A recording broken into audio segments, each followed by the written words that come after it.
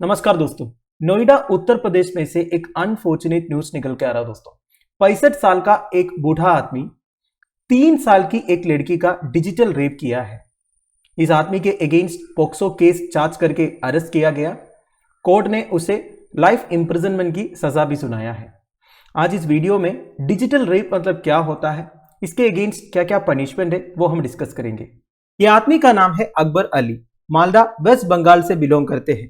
इसे protection of children from sexual offence and section 375 and section 376 of the Indian penal code के under charge किया है। वैसे section 375 and section 376 of the Indian penal code rape के बारे में बात करते हैं दोस्तों। सेक्शन 375 रेप को इस तरह डिफाइन करते हैं: sexual intercourse with a woman against her will without her consent by coercion, misrepresentation और फ्रॉड और at a time when she has been intoxicated और duped or is of unsound mental health and in any case if she is under 18 years of age। आप देखिए इसमें rape को define करता है sexual intercourse with A woman against her will, उनके will के against, consent के against, कोएशन से, मिसरिप्रेजेंटेशन से, फ्रॉड से या फिर उन्हें इंटॉक्सिकेट करके, बेसिकली दारू वगैरह पिला के या फिर ड्रग्स इंजेक्ट करके, या फिर वो वुमन अनसाउंड मेंटल हेल्थ का है। ये सारे केसेस तो ठीक है। इसके बाद सबसे लास्ट वाला प्रोविजन देखिए, in any case if she is under 18 years of age. ये सब कुछ आप कट कीजिए। अगर वो लड़की 18 साल के नीचे का है और उस लड़की के साथ सेक्सुअल इंटरकोर्स करने की कोशिश किया तो वो सेक्शन 375 के अंडर रेप काउंट किया जाएगा। फिर आता है सेक्शन 376 आईपीसी। ये बेसिकली सेक्शन 375 के पनिशमेंट्स के बारे में बताता है दोस्तों। देखिए, whoever except in the cases provided for in subsection commits rape shall be punished with rigorous imprisonment of either description for a term which shall not be less than 10 years। तो minimum punishment 10 साल का है, but which may extend to imprisonment for life and shall also be liable to fine। तो देखिए, जज चाहे तो punishment life imprisonment तक एक्सटेंड कर सकता है, इसके साथ साथ फाइन भी इंपोज कर सकता है। तो जो जज है इन्हें इंटरिम बेल भी रिफ्यूज किया, सीधा सीधा लाइफ इंप्रिजनमेंट की सजा सुनाया, साथ साथ में 50,000 का फाइन भी इंपोज किया है। बहुत अच्छी। वैसे ये जो अकबर अली है, ये Salarpur village in Noida sector 45 में 2019 में आया था अपनी मैरिड डॉटर से मिलने के लिए। उस टाइम पे नेबर की माइनर डॉटर को ये घर बुलाया कैंडीज देने के प्रिटेक्स्ट में और उसे डिजिटली रेप किया। बच्ची के पेरेंट्स ने एक रिटर्न पुलिस कंप्लेंट फाइल किया था, फिर मेडिकल एग्जामिनेशन भी कैरी आउट किया और रेप कंफर्म किया। तो ये डिजिटल रेप मतलब क्या होता है? कई लोग ये सोच रहे होंगे कि डिजिटल रेप मतलब कोई साइबर क्राइम होगा या फिर कोई सेक्सुअल ऑफेंस होगा committed over screens. Actually digital rape का मतलब ये नहीं है दोस्तों। It is the act of forceful penetration of fingers and toes without consent. Consent के बिना फिंगर्स एंड टोस का फोर्सफुल पेनिट्रेशन को डिजिटल रेप बोलता है। अब आप समझ गए होंगे मैं क्या बोल रहा हूं, मैं क्या एक्सप्लेन करूंगा। वैसे डिजिट का मतलब होता है दोस्तों इंग्लिश में टो, फिंगर एंड थंब, इसलिए इसे डिजिटल रेप बोलते हैं। समझ गए? Now the term digital rape is comparatively A newer one. Previously such acts where considered molestation and not rape. देखिए, डिजिटल रेप एक न्यू वर्ड है दोस्तों, पहले ये यूज नहीं होता था, इसलिए आपने सुना भी नहीं होगा। पहले इस तरह का सेक्सुअल एक्टिविटीज को मोलेस्टेशन में काउंट होता था, पर आजकल रेप में काउंट होता है। वैसे 2012 का निर्भया इंसिडेंट के बारे में आपको पता होगा। उस इंसिडेंट से नए रेप लॉस को इंट्रोड्यूस किया था पार्लियामेंट में और डिजिटल रेप को as a sexual offence consider किया गया under section 375 and 376 and the POCSO act. तो 2013 में ये टर्म कोइन किया गया था, बेसिकली डिजिटल रेप वाला, to provide justice to victims of the heinous act. देखिए, ऐसे एक्टिविटीज के जो विक्टिम्स है उन्हें जस्टिस प्रोवाइड करने के लिए डिजिटल रेप वाला टर्म कोइन किया 2013 में। वैसे पोक्सो एक्ट के अंडर ऑफेंडर को एटलीस्ट 5 इयर्स का जेल टाइम मिलता है। However if a person is charged under section 376, punishment 10 years और इवन लाइफ इंप्रिजनमेंट तक हो सकता है।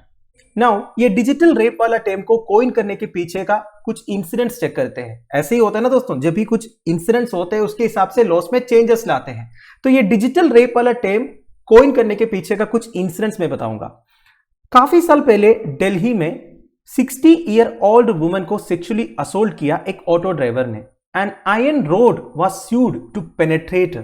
क्या ही बताऊं दोस्तों, ऑफेंडर को अरेस्ट किया पर उसे section 375 and 376 of the IPC में कन्विक्ट नहीं किया गया क्योंकि कुछ लूप होल्स था।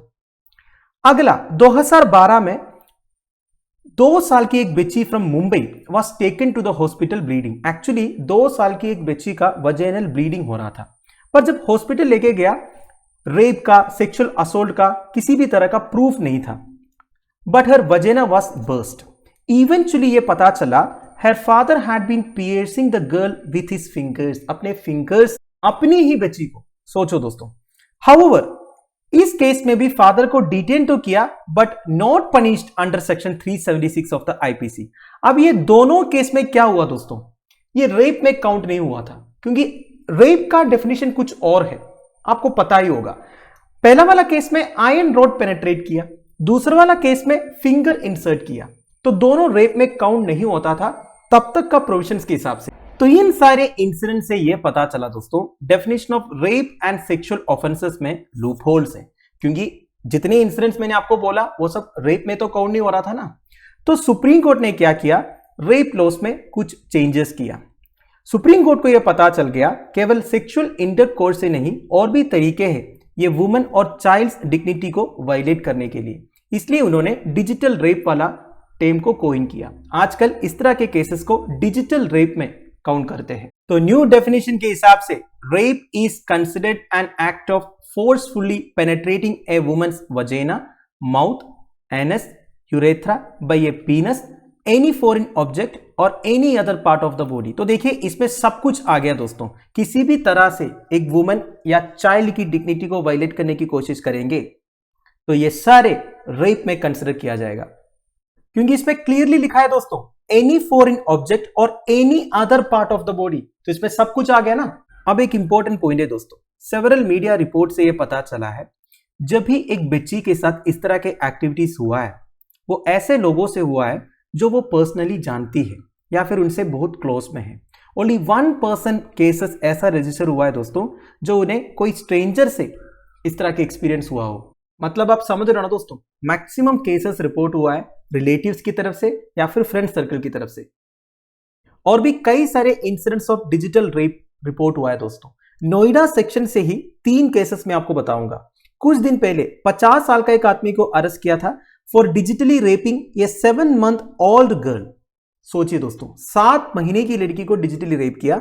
फिर मई 2022 को 80 साल का एक स्केच आर्टिस्ट को अरेस्ट किया for the alleged digital rape of a 17-year-old girl for over 7 years। ये जो लड़की है, इस लड़की का गार्डियन था ये 81-year-old स्केच आर्टिस्ट। पिछले 7 साल से उस लड़की को डिजिटली रेप कर रहा था ये, इसलिए उसे अरेस्ट किया है।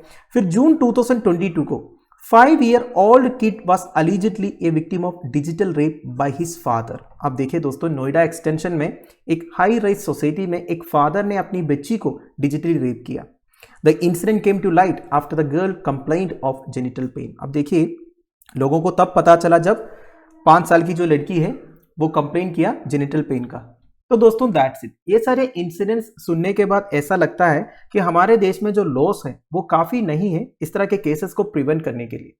अब इसका एक सॉल्यूशन ये है दोस्तों, हर एक पेरेंट अपनी बच्चियों को समझाए कि गुड टच क्या होता है, बैड टच क्या होता है। पर देखिए दोस्तों, तभी एक प्रॉब्लम है, 1 साल की 2 साल की लड़कियों को क्या ही समझाएगा। अब इस बारे में आपका क्या ओपिनियन है, आप मुझे कमेंट बॉक्स में बता दीजिएगा। Thank you for watching, bye bye, have a nice day.